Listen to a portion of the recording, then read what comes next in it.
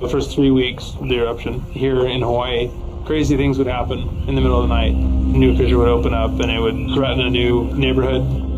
Thousands of people are evacuated from their homes. I started the Hawaii Tracker Facebook group to help people understand what's going on and get their questions answered. Hey, how's it going? We're live. This is Fissure 20. We had hundreds of people all throughout the neighborhoods sending in videos, articles, and images. We spend a lot of time making sure the accurate information gets out. This is live. Still lava moving. They weren't just sharing a story, they were helping their neighbor. If a family was being evacuated, my group would just jump in and help out. So it was huge. They were watching out for each other. Hello everybody, thank you for coming. Thank you for the support from everybody. As we go through this, we're growing closer together as a community. When tragedies like this strike, you really realize how much you need each other.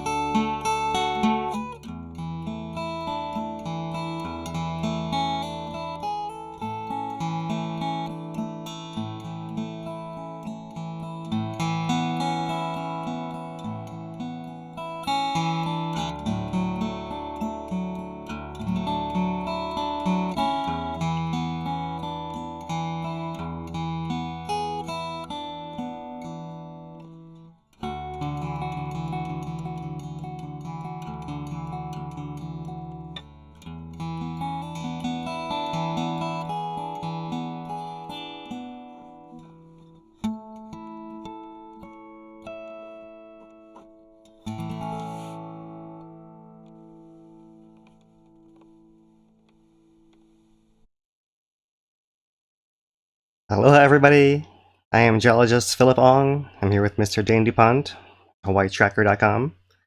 Here to bring you guys another Kilauea volcano update, and we'll do Mauna Loa a little bit today as well. Today, March 16th, 2021. Today is the 86th day of Kilauea's ongoing summit eruption. Mauna Loa is not erupting. And we were going to give you guys a little bit of information on both here. Dane will be manning our streams, taking questions in the chat. We will take some viewer questions at a midpoint and at the end of our update today. So starting off here with Kilauea, this is the most recent thermal image, 24-hour animation from the USGS Hawaiian Volcano Observatory. And what you're looking at here is a view from the west vent. Here is our double entry point, which is still going on. And we essentially have two V shapes, one there and one there. This one over here on the right, that's the western one, north being that way. This one over here being the original one that was crusted over, has been the most persistent one for the longest.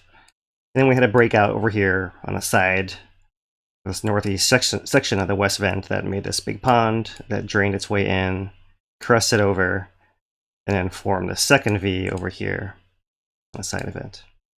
And just in the last 24 hours, starting at 2:20 a.m. today, we have had a burst out from this northeast section once again. It's feeding a new flow that's now putting in, at this point, what appears to be a third entry. It's not clear if it's just a little one-time thing, or if that'll become a persistent third point as well. So it's interesting. It seems like we're having more points of entry here and here and here. At the same time, you can look over here on the right and see that our one of our islands that's been floating, one of the smaller islands. This one was the one that I've been calling a Love Island, because near Valentine's Day it was drawn as, or was showing kind of a heart shape, something like that. That one seems to be attached now to this perched rim of the lava lake. And the lava lake is still rising, and it's possibly pushing crust against this and piling this dam higher. Or if it overtops it once in a while, then it can kind of fuse it and leave another layer of glaze that can do that as well. And that's kind of how it builds its depth upwards. So today the depth reported is 222 meters, 728 feet. And that's kind of what's going on. It's raising up. It seems to be closing in. We've lost our entirety of our South Bay. This is the South Bay by the island. The island's edge is kind of in here. We'll have to look at our non-thermal images now to see the distinction between these cool rocks that have higher topography and ones that don't. But you kind of see everything's cooled off and closed in here on the southern edge. And once again, north is that way. And this North Bay over here seems to be receding a bit too. And this is something that, if I could get it to go in a little bit closer, it almost looks like waves lapping on a beach right here, right? It's like sloshing on, sloshing on, sloshing on, and then this upper pool seems to be resurfacing itself a little bit independently, maybe fed just by the sloshing action. So interesting, almost like a little tide pool kind of area right in there, right? Because we do have the deflation inflation events, and during the inflation events it seems like the lava level might rise a little bit higher and you have more activity.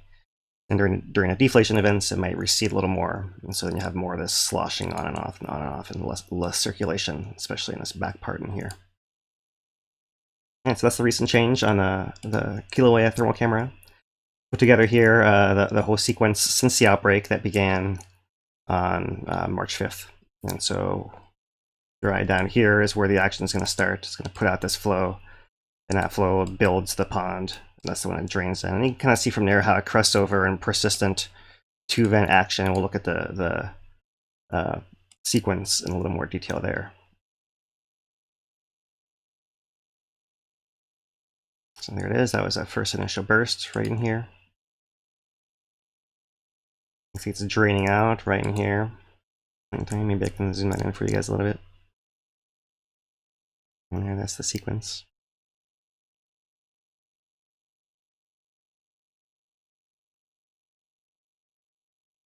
So now it's all crusted over. We see these two glowing holes on this northeast part of the west vent, and these two V shapes established right through there. And you can see more recently, as the lava levels are dropping overall with the deflation, we have our lava island becoming attached, while the exit points stay persistent. And then here, this burst at the end here, that was that last flow that just jumped out here today. So let's go back here to this F1 camera page from the USGS and just go to the most recent still image here, so you can kind of really see how it maybe is crusting over once again through here. It's not quite clear what's going on, if there's a third entry point, or if it's crusting over, or if it's going to keep pulsing or bursting out, or maybe what it was is because this is crusted over and lava is still trying to come out of the second exit point. It was just built up enough pressure to burst out, and maybe that was a one-time deal until it does it again. Right, kind of episodic. Waiting to see how that develops, so ongoing as far as we know here. All right, so let's move on to the visible camera. This is the S1 camera, and I'll show you guys this longer, slower sequence too. And you can see this is that main island right in here.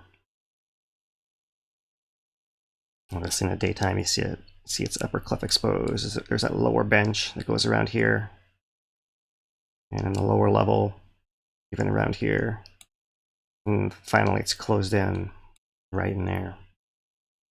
So all these terraces are in place here, especially in the southern end so far, although you also see it on the north and all the way around the whole backside of the island on its east side. So by the end of the sequence here, we're going to see this last burst coming out. Once again, there it was.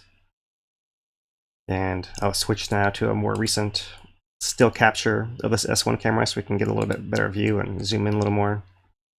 You really see how it's really built up this rim right here, right? This is a high topography, like a stack of that, of a crust that's circulating, getting pushed over, or lava overflows, welding and raising the perched wall of that lava lake, like an above ground perched pond area that's now only exclusively on this western part of the island. And so let's move on from that picture, because I'll just show you guys here the more recent USGS 24-hour animation. Similar kind of thing. This is where it's all coming from. We're just making some longer time periods. And we have an image here, which we have a pretty good resolution of these two exit points, where it's crusted over all through here. And remember, this thing is on the order of 100 feet high, right? So this is a big building kind of thing for Hawaii. So these are big streams of lava that are exiting out of here, even if they're not as big as the big gushing we saw earlier in Eruption. So when we click on the zoom in here, you can see a little bit more. There's a little bit of a glowing hole right in there. Maybe that's the gas, and the glowing hole might mark the path of lava underneath this crusted over solid lava. Not quite as clear over here on this slightly more northeast part, where the lava is coming out through here, but definitely can see there's glow top of the cone, and that flow might have made a tube that wraps around, possibly, or maybe comes out from the side. Not quite clear from here. Right, and so if I zoom back out, let's see, I'll zoom back in actually, so you can see this. This is that last little bridge of the Love Island. Here's our Love Island. Right through here. And this is the channel that's becoming attached right here and here. And it seems to be, if you look at the time lapse, back and forth enough that it's possibly, since this thing opened up, that maybe there's more push, and this thing is rotating around a little bit and getting closer and closing, pinching this gap right here closed. And maybe that's why it's cutting off this flow and becoming itself attached, because there's a wider area of outflow now. All right, so that's our view here. And a wider view, March 11th. Two of our images from USGS, and let me come in on this one. You can see a little bit more of what's the liquid lava surface. That's now only all through here. Basically it right there. And so it's really shrunk quite a bit in the 3 months of eruption. We'll review that here at the end of our update, as we update the comparison with Empire State Building that was put out by the USGS in late December, a few days into the eruption. Okay, one more wide view from March 15th. That's the most recent eruption, most recent image we have, and a similar kind of view. Perch Lake, you can kind of see this whole eastern part has all been inactive at the surface for the most part. There has been lava erupting out of the edge of this crack, right? It seems like as this whole lid lifts upwards, that gap is getting filled by lava that is rising to fill it right through there. And USGS reports today that this eastern portion is only in the order of 5 meters lower than the western portion, so it has been rising as well. Even if the lava isn't at the surface right here, it is still liquid underneath, and lava is going underneath here. And underneath all this crust, circulating all through here in some unknown manner underneath all that crust. Okay, so that's our imagery today. We'll pass it to Dane here. We'll take our first set of questions and talk about our sponsors. All right. Well, thank you, Phil. So before we get into some questions, I do want to thank our sponsors. We are sponsored on HawaiiTracker.com. Hawaii Tracker helps make everything possible for us. best way you can help us out, if you do feel like supporting this channel, like, subscribe, share this content. We don't have a media budget or any marketing like that. We rely on word of mouth. So your sharing, your liking really goes a long way. Second way is become a member on hawaiitracker.com, become part of the community there. We're trying to really do something special in terms of supporting content creators. And then third is maybe consider a monetary donation. We take donations on hawaiitracker.com/support. With that, we also have two sponsors today. First one being Kilauea's Bar and Grill in the heart of Pahoa. Offers some really unique takes on local cuisine. Some killer steaks, killer fish dishes, full bar setup. It's just, really nice place for get out once in a while. And if you're visiting this side of the island, got to check them out. Some really unique takes there. Great customer service as well. And then we have Kalani Tours as well, Tour Hawaii. And they are a tour company focusing on the Volcano National Park, waterfalls, and Kona Coffee around Hawaii. They have several different tours going around, kind of introducing to people to some of the more prominent features that our island has to showcase. There's so many though, but some of the more prominent ones. The coffee farms are amazing. The Volcano National Park is one of a kind, really, and the waterfalls, it's really hard to beat them. And they do, take good care of you. We really appreciate them coming on board as sponsors. All right, with that, let's hop into some questions, huh? Yeah, those waterfalls are gushing right now. It's been pouring rain on the island. Oh, yeah. Yeah, and they'll also keep you safe too. They'll, I've been seeing in the news where it's like, oh, hikers were out and inexperienced in the rain, and they didn't know that it wasn't a good idea to go hiking in torrential downpours. It's like, yeah, they won't let you do anything crazy like that. So yeah, let's get into some of these questions. We got some interesting ones. So Brian asks, can the pressure from the vent or the lava that is coming in, the flux, be measured, and how would you measure it being that far away? Yeah, it's really tricky. I mean, I'm sure there are lots of ways that the USGS can look at what data they have available coming in and then try to leverage it as best as they can, right? The tried and true method, the proxy that seems the most reliable, has been the gas output and SO2 rates. And as we will cover here shortly, the SO2 rates have been fairly steadily low, kind of fluctuating up and down a bit, but we have been every week having the lowest measurement. We've measured all eruption, even if it fluctuates back up at some point too. So it seems like if that is not indicating the rate, then it's at least indicating something about the gas content, or something like that, the density of the lava, or some relative factor like that. So obviously that can make it more complicated. So that's why it's a lot of times conjecture, just guesswork with what we think is happening down there, right? So if you have the pressure enough that it's bulging the ground outwards, then you can start looking at the geophysical deformation, right? If the ground is moving, tilting, GPS, INSAR, those kind of things. So it kind of depends on the scale of it too, right? But as far as what we're seeing now, I'm not quite sure. Besides SO2 is the go-to tried and true. Right. And besides actually looking at it, and obviously we have a DEM of that whole collapse area, right? And so we can calculate volumes for all the elevations, so we can kind of we know every nook and cranny how much it has to fill up to get to that elevation. So they can rather just taking a flat plane, they can in theory do a whole new surface analysis, right? And then do a whole volume on that layered surface and then subtract that out and get a better. It's so awesome nowadays just how the digital elevation models have become so precise that you can do these types of overlays and modeling and make calculations off them, and they'd be highly accurate, where before it was just trying to get you kind of in the ballpark using these types. When you had a 30-meter DEM, it's not nearly as, you can't do as much with it as when you have a 0.5 meter DEM. That's incredible. Yeah, absolutely.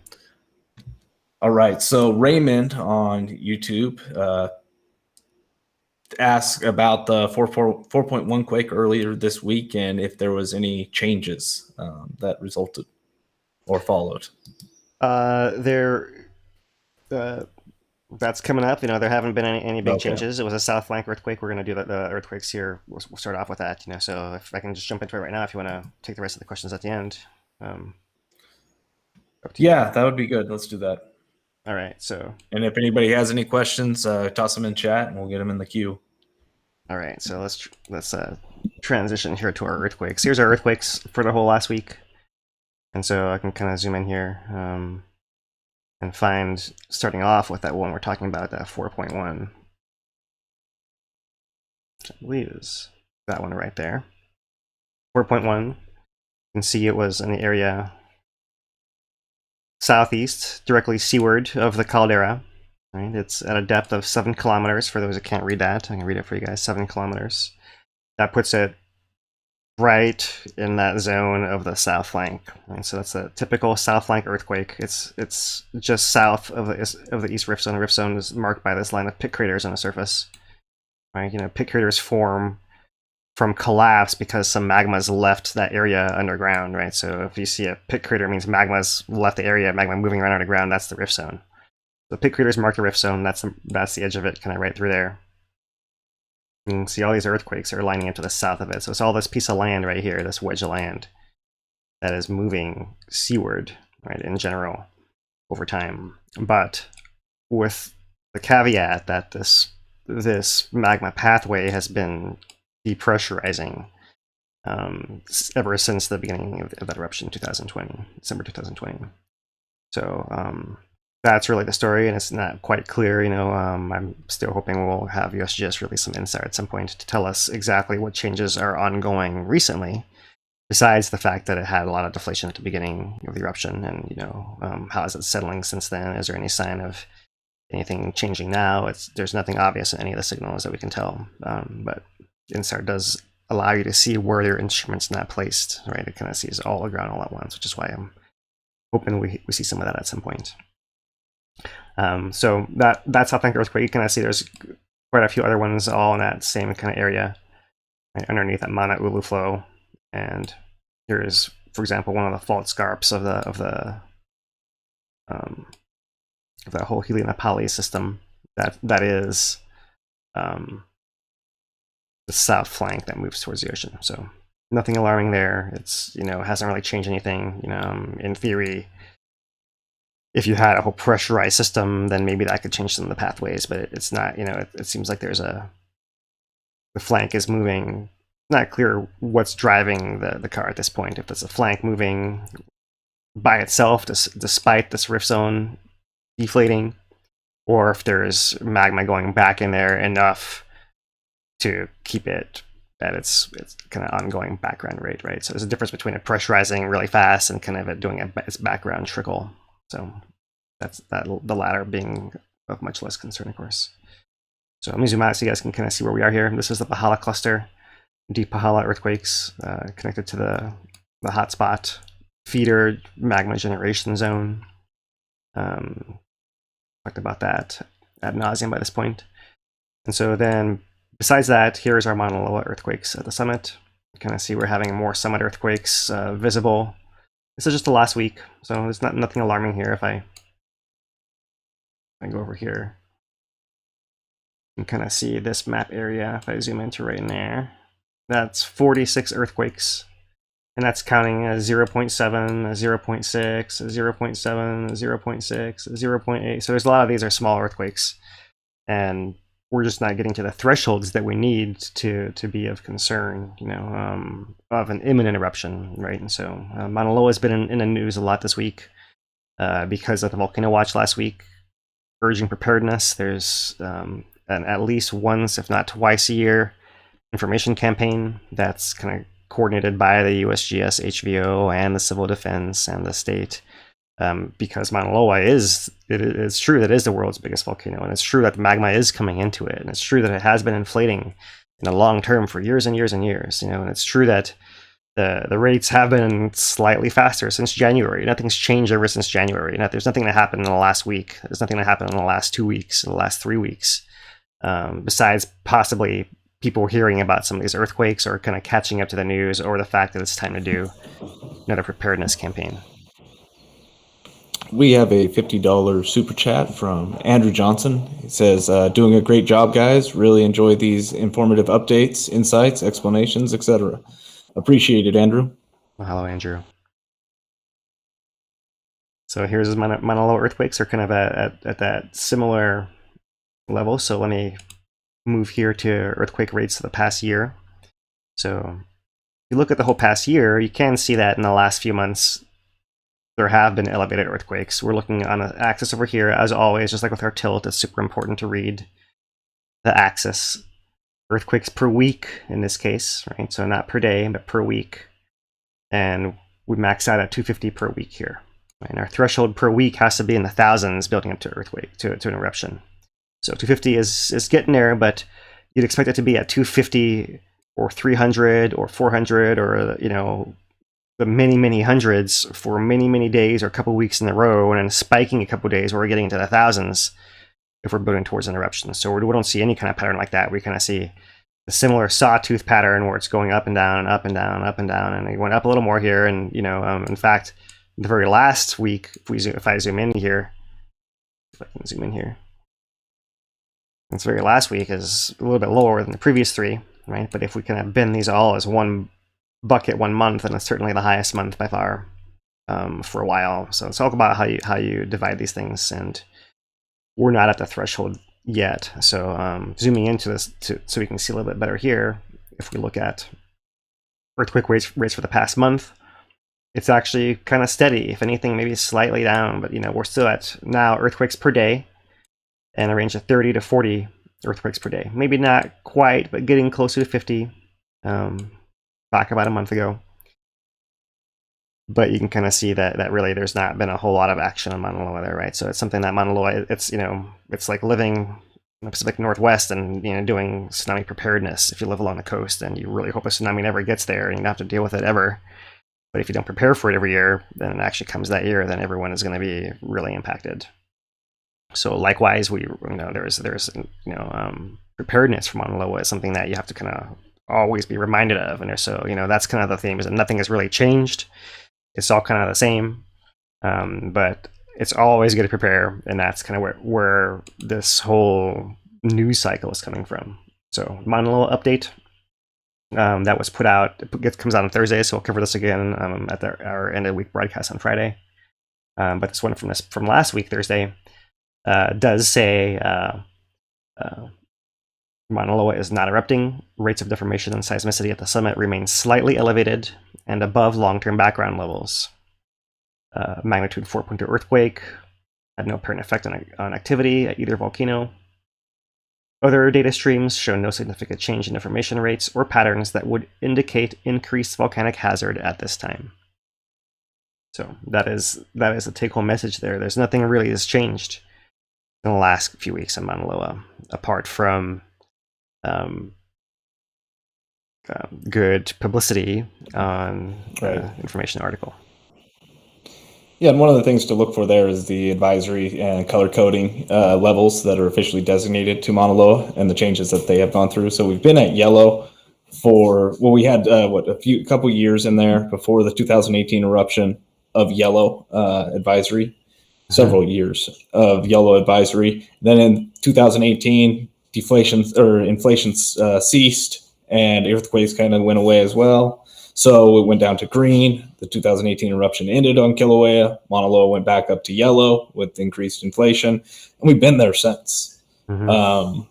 A volcano watch about Mauna Loa, that kind of article that was put out by by USGS last week is kind of one of those things that just needs to be done every once in a while while Mauna Loa is doing this, right? And the real thing to me is we're still waiting for that summit eruption first, and then flank eruption potentially afterwards, right? That summit flank sequence is still highly important. So where do we expect if Mauna Loa is to erupt in the future?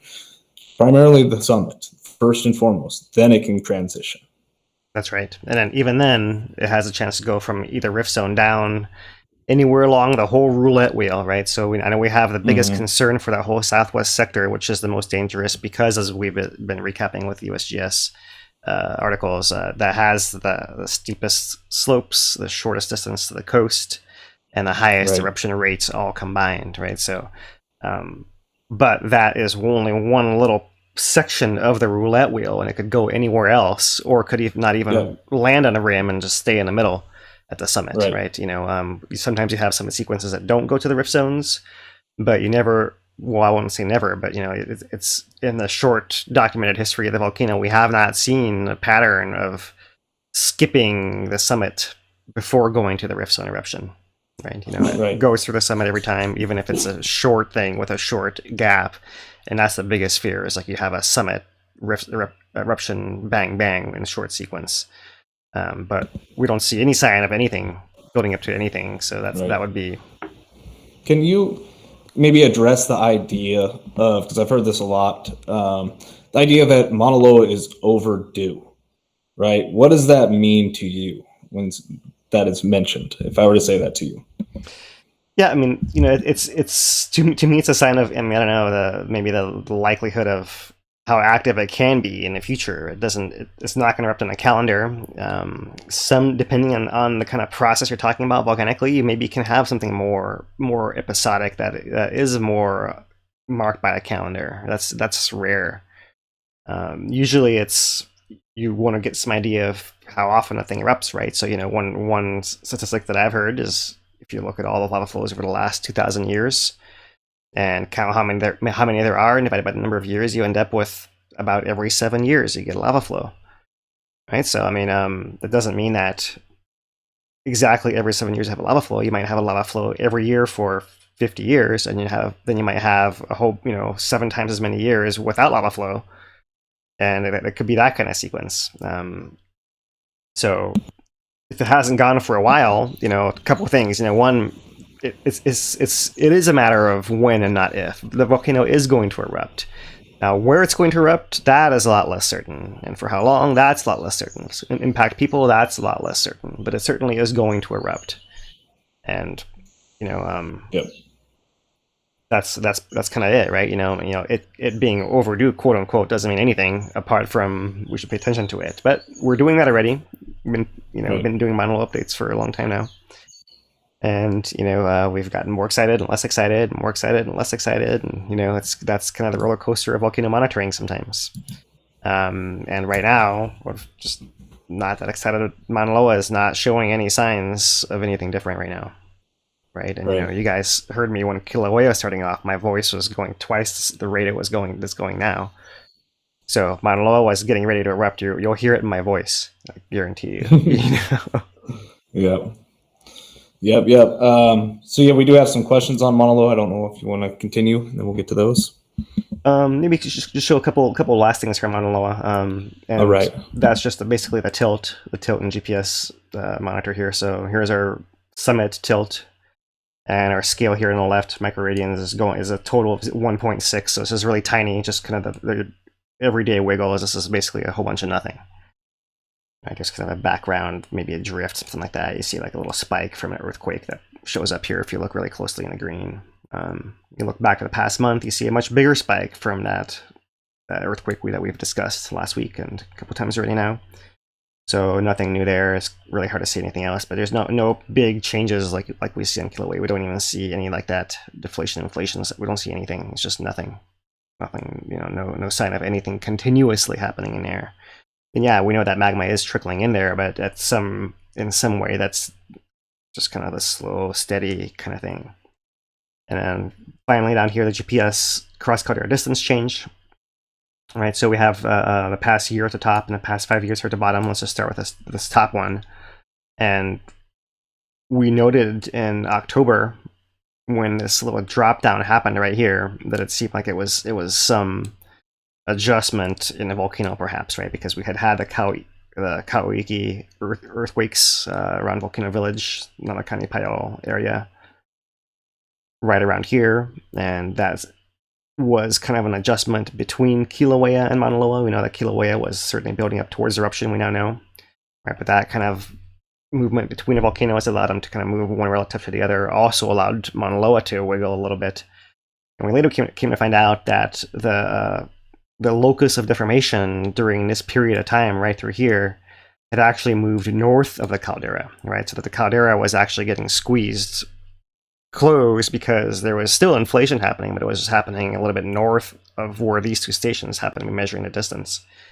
And that's one of the crazy things that can happen if your volcano is bigger than your monitoring network, right? You can sometimes jump out of, and that seems to have adjusted itself by around the time that Kilauea starts erupting. And then since then, it's kind of caught up to where it was going before. So let me see if I can get this line tool here and see if I can draw a line starting there. Kind of just trend it up, right? It kind of gets us to about where we are now. So that's also true if we look back to the last 5 years. If we look at the last 5 years, we've kind of been on a trend that's upwards. And what's not clear is what happens next from here, right? If I kind of zoom in,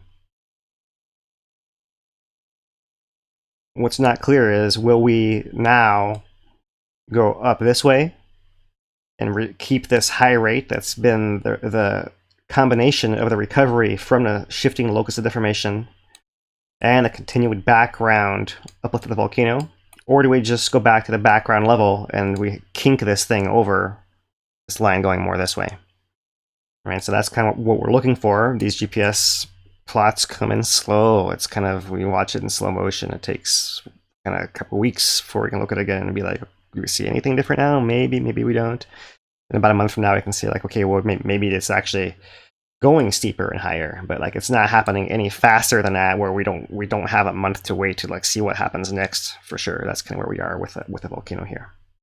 So I'll stop it there. We can do the Mauna Loa questions. All right, let's do it then. One of the questions is just simply, are there fumaroles on Mauna Loa? Yes, there are, yeah. In fact, I think we even heard of people in Ocean View who smell sulfur fairly regularly from some fumaroles on the Southwest Rift, and yeah, I think there is gas output all the time. Yeah, there's cold mornings, you see steam across the summit caldera floor, and I couldn't tell you much about the output of the gas, anything like that, but they're definitely there. All right. One of the questions we got here, I have a image for you to pull up in Telegram. How much of a chance? Oh, sorry. How much of a chance is there that Kilauea and other related vents or Mauna Loa would have a surprise lava flow outside of historical flow zones, or to divert away from unusual flow age? So the odd ones, the weird eruptions on Mauna Loa is kind of the question. So one of the things that we've looked at before is the 1859 eruption. You want to talk about that a little bit? Yeah, so the 1859 eruption is one that comes from this category that's called radial vents, right? So, I mean, we typically think of our normal eruption zones being in here. So this is a map of Mauna Loa, and we have in the colors the historical flows, the ones that have been here since people have been around documenting them, right? So most of the flows come off of this southwest rift zone, which is off the map that way, or the northeast rift zone, which is this guy over here.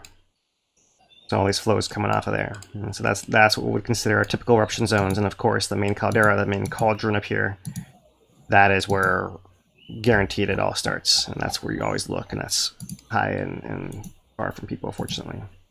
So, but over here, between about north and about west, you have this whole area of unusual eruptions that are categorized as radial vents, and some of these have put out flows that have gone all the way to the coast. Right? Like this 1859 flow, which put out an initial a flow that I believe got to the coast in an order of a week or so, and then followed with a Pohoi flow that got there over the course of many months, something like I don't remember how many months, 6 or 7 months or more. So a long-lasting eruption, that's the one you can kind of see right around the Halemaʻumaʻu Bay, around that resort areas around there.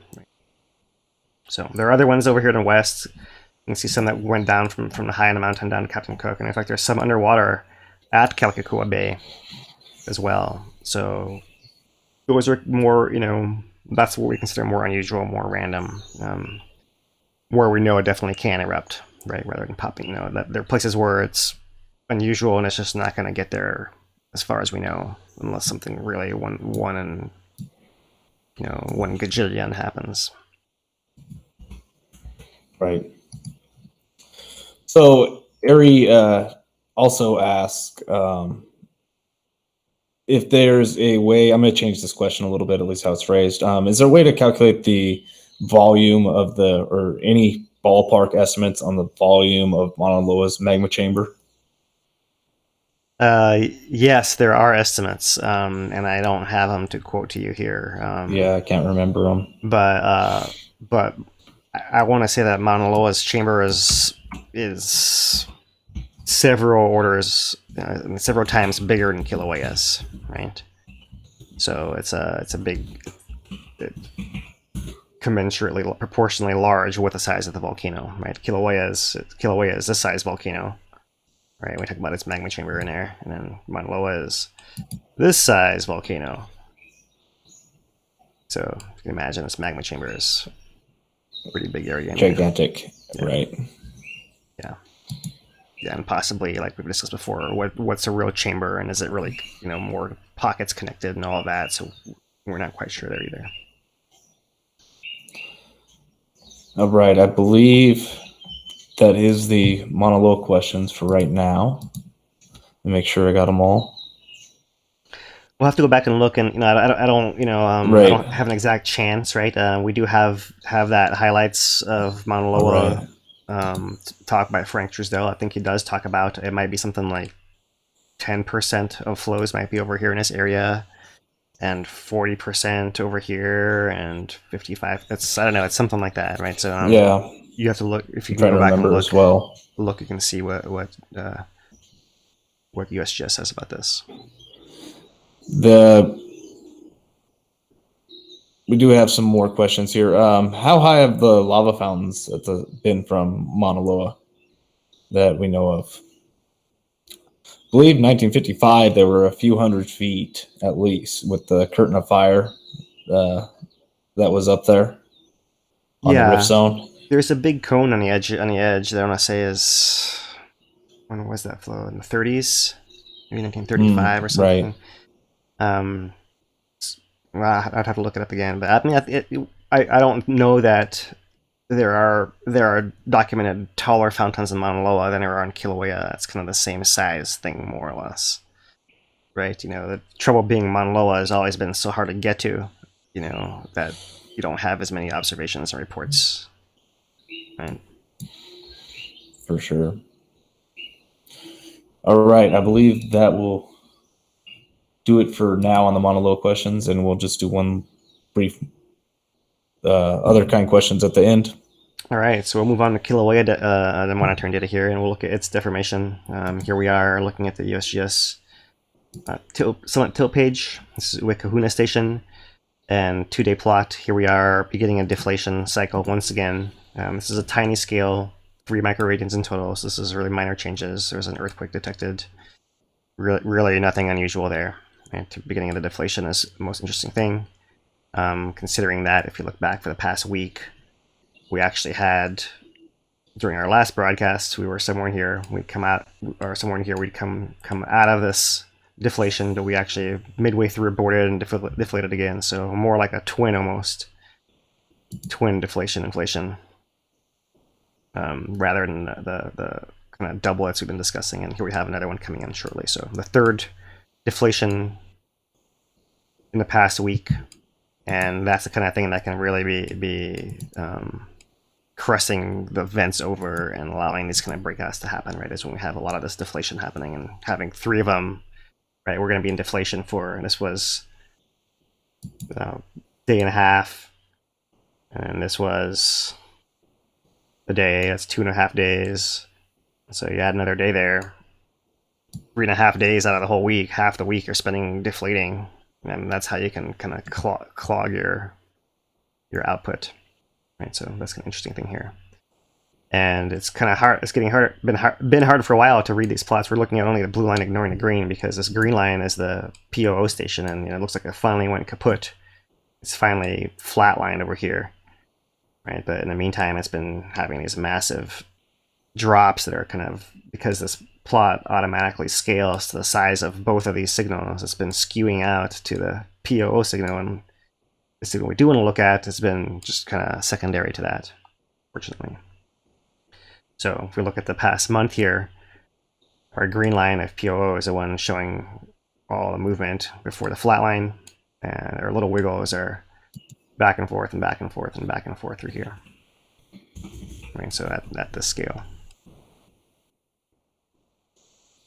Okay, so we can look at just a plain Uekahuna site on its own without the POO station, and that's what this is right here. So in that case, the scale goes from -5 to 4, so about 9 or 10 microradians up to top to bottom here. You can kind of see a little bit more detail, the down and up and down and up, deflation, inflation, or deflation twin here.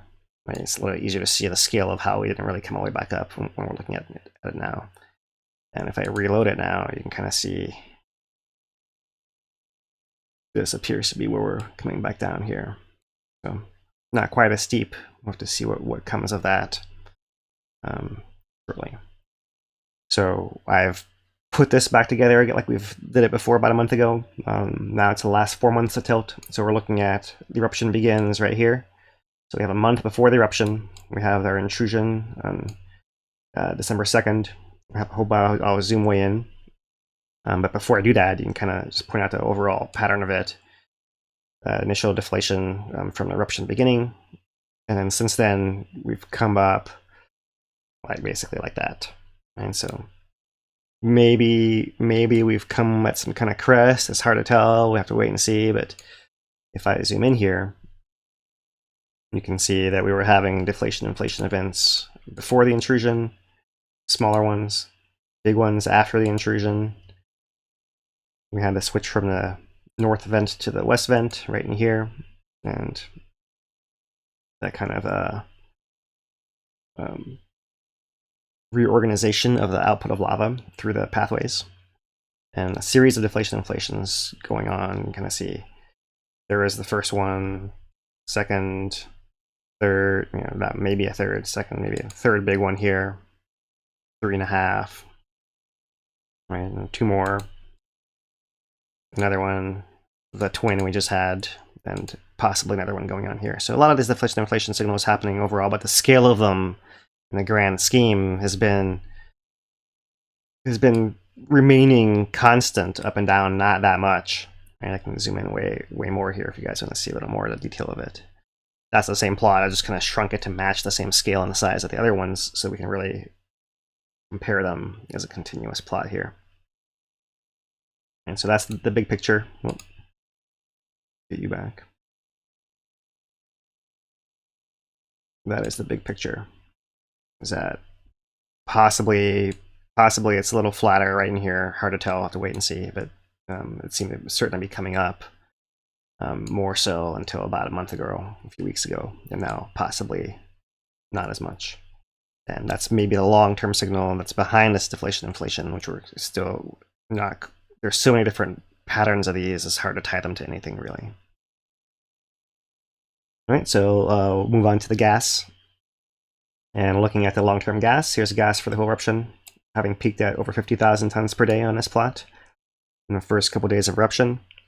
Dropped way down to below 10,000 tons per day after the first week. So we actually had a red gas warning, and I think it's dropped down to an orange since then, but it's been orange for a while.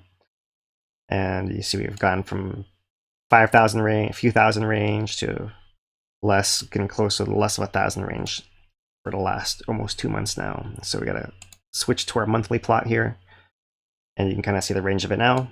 1,400, 1,200, 1,000, 800, 6, 4, 2. So 200 tons per day increments, and 1 month on the bottom here. So the last measurement was 900. The one before that's coming in right around 400. And that's going to be the lowest one I've seen so far. Close to 400 tons per day. That wasn't actually mentioned that I saw. But you see it here on a plot, right? Unless it's an error. So you can kind of see the lowest points have been getting pretty low, even if you have this fluctuation up and down, which may be expected with these Ellis deflation inflation action happening as well. So maybe the average is around 900, and you get some amount up and some amount down. But having the lowest value measured so far is something interesting to me. And there is still VOG coming out, so the VOG mapping project here from Manoa, you can see is putting VOG. The air is still unstable. There's a lot of rain. It kind of clears out a lot of the VOG, but people might smell it still. So it's still blowing around. Okay, as far as the text update, the most recent depth, 222 meters, 728 feet. I'd like to just make sure we touch base here with the USGS information so you guys know where this is all coming from. Right, so March 14th, 900 tons per day on the gas right there. And lava depth. One thing I've highlighted here at the bottom, they have also noted here the northeast section of the west vents I can't say that right now. The northeast section of the west vent complex, just several meters or yards away from the submerged inlets, fed another lava flow from approximately halfway up the cone structure, starting at 2:20 a.m. on March 16th and persisting as of this update. So that's today, March 16th, and that's where that information comes from as well. Okay, move on from that. Here's our lava lake depth plot. So it's gotten a lot flatter. We're almost getting to a tangent here. We're at 222. So you can wonder how high we can actually get at this slow, we're raising 1 meter every few days. But it is still slowly raising, right? And not just underneath the west vent, but that whole eastern lid as well. And maybe if I go back to that,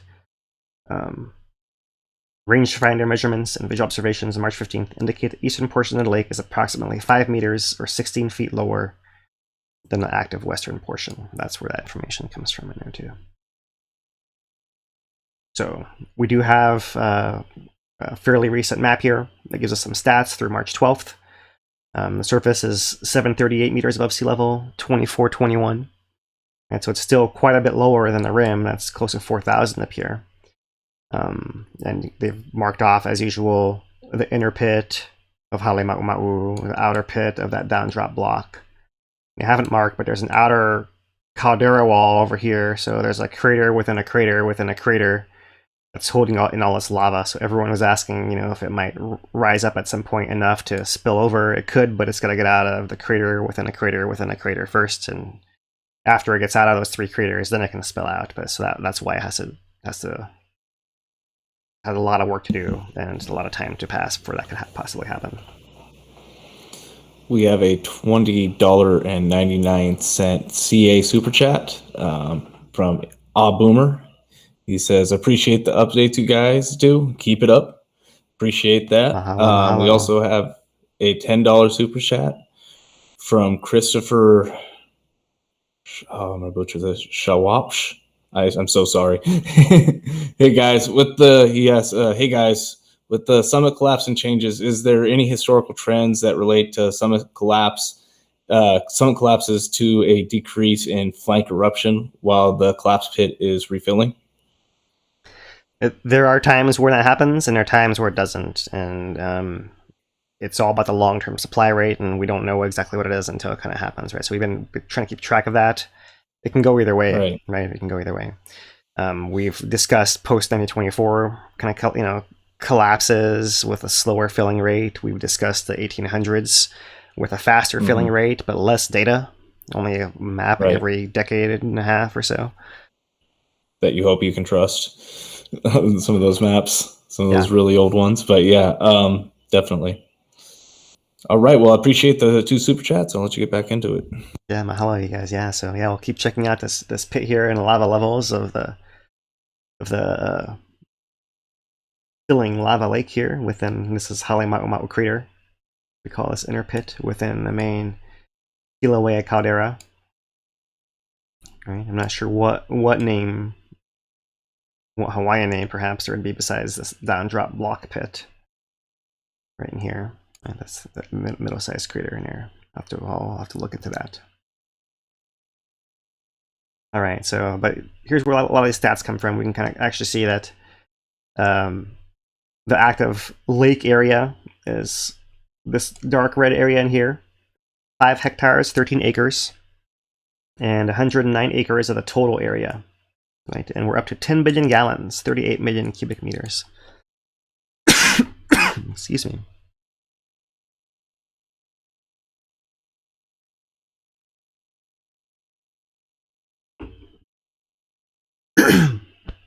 What's happened there? Dry through. You're right there. Don't die on me. Not dying. I haven't been anywhere to catch anything. But...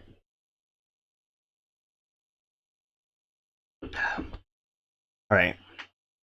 So we have this USGS map. We have this USGS map of lava lake depth and contour lines, vent and lake outline that's been put out a couple weeks ago.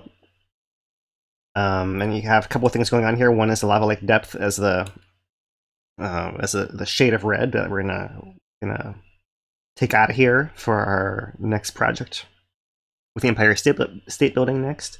And we also have these contour lines which we're gonna take and try to put on as well.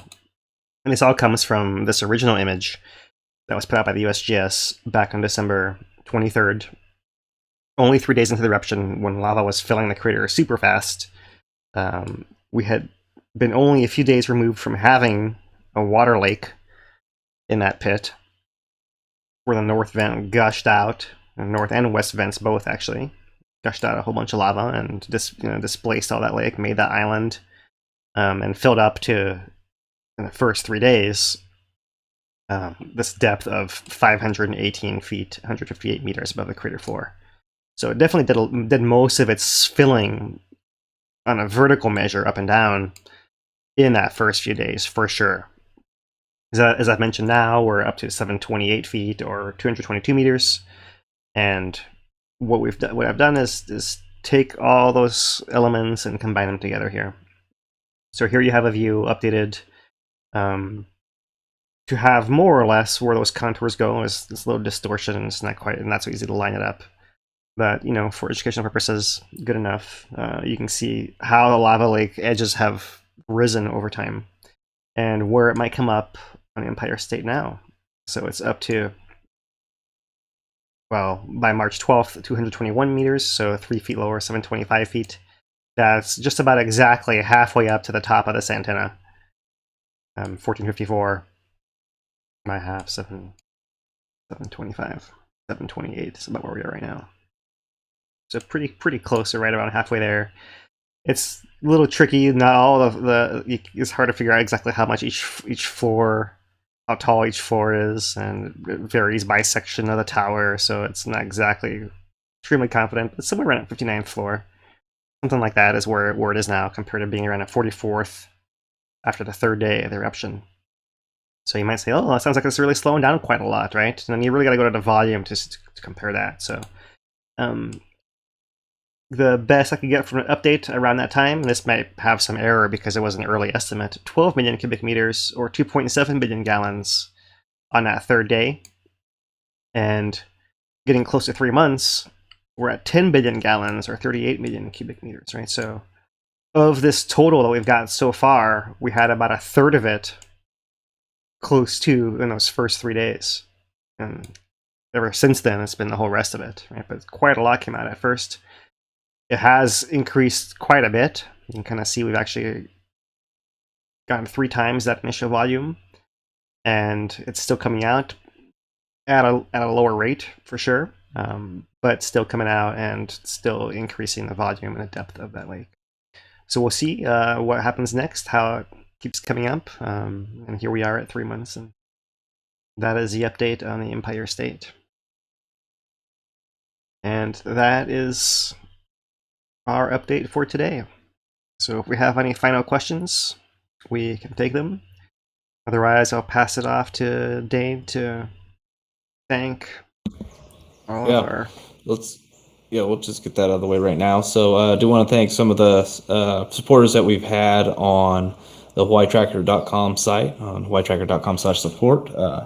Erica S., Judy P., Crystal L., Heather W., Stephen H., Dale D., and Brian B. Appreciate all of you guys. Appreciate your support. Really make this help make this more possible. So yeah, let's get into some more questions. We have some more generalized ones, and we'll start off with one about the lava lake. Jason asks, as the lava lake rises, the crust all around is not just near where the lava vents that we see. Would the thought be that the drowned vents from earlier are still outputting lava? Or would there be a pressure equalization basically stopping the flow from there, moving it elsewhere? Yeah, that's a great question. I don't think we really know. I mean, I think intuitively, I would imagine that there is a lot of pressure, but we haven't seen those vents for a long time, and they could be putting out lava as well. It's hard. Could be taking in lava. We don't know. We could be taking in lava. It's hard to tell that as well. Yeah, we haven't seen evidence of that either. But we just don't know. Right. There haven't been any big changes either way. It's not like I mean. We do know that that crust essentially floats, right? So it may not take as much pressure as just the buoyancy aspect, right? So you can kind of keep filling, you can kind of keep pouring through the hole and lifting the lid that floats up through it, right? So yeah, great question. I'm just don't know. Yeah. Tyson asked if we think Loihi is getting fed currently. I think for sure the magma is going towards Loihi through its pathway. It's just a long, slow process, right? It's been about a year. About a year ago, we had an earthquake storm in Loihi. It's not been that long. You don't hear about them as much as, Loihi hasn't been as active as Kilauea, for example. But yeah, don't be surprised if we see another swarm anytime, right? But there's no cause for alarm for anything Loihi. So once again, more of a piquing our interest, and hard to really tell besides the earthquakes once we see them because there's no webcam, right? Right.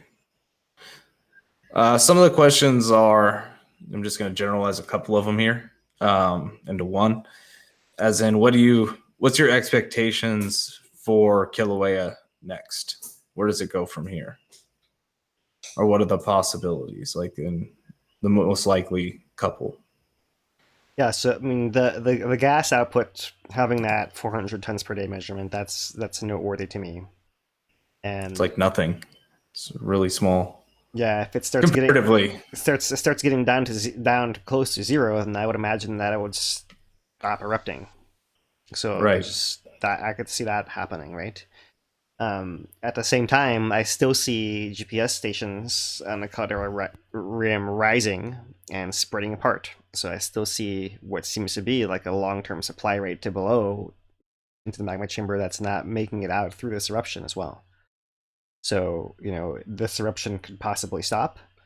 It could be, it could resurge if it can get pushed or mobilized or connected or flushed or any one of those things by any magma coming up from below. It could end, and there could be some period of time before the magma coming up from below opens a new vent. And those are the possibilities. And off the table is it stops erupting for a long time. That's not, I don't see that as being on a table, and everything else is possibly. I don't see that it has a reason to move into any of the rift zones at any point in time. That's obviously just speculation. You gotta watch and wait and see. Sometimes it does funky stuff, but there's no sign that we see at present of anything like that happening. And most of the time, as we've said continuously for years and years and years and years, the most likely place to see the change in a volcano is at the summit caldera. So changes at the summit caldera on their own, and that's the normal background activity for this volcano, and that's what I would expect it to. I would hope the lava will, in due time, however long it takes, come up in that lava stadium a little higher so we could all see it from all around. And we could all enjoy, socially distanced 6 feet apart. We have like a whole 4-mile circumference to spread around and looking at that thing. That might be what I would hope for. But I don't see that happening anytime soon. So, yeah, we've been going a little over an hour now. Maybe we'll... Oh, I can't hear you, Dane. Okay. Yeah, that kind of does it for me. On the question side of things, we appreciate all the questions that we got. If we didn't get through all of them, apologies. Try our best on those. And appreciate it, guys. Yeah, mahalo everybody. Thanks for the good questions. Thanks for your support. Thanks for your contributions, donations, sharing the video, everything that Dane said earlier. Mahalo, you guys. So on behalf of Hawaii Tracker, for Dane DuPont, I'm Philip Ong. Aloha.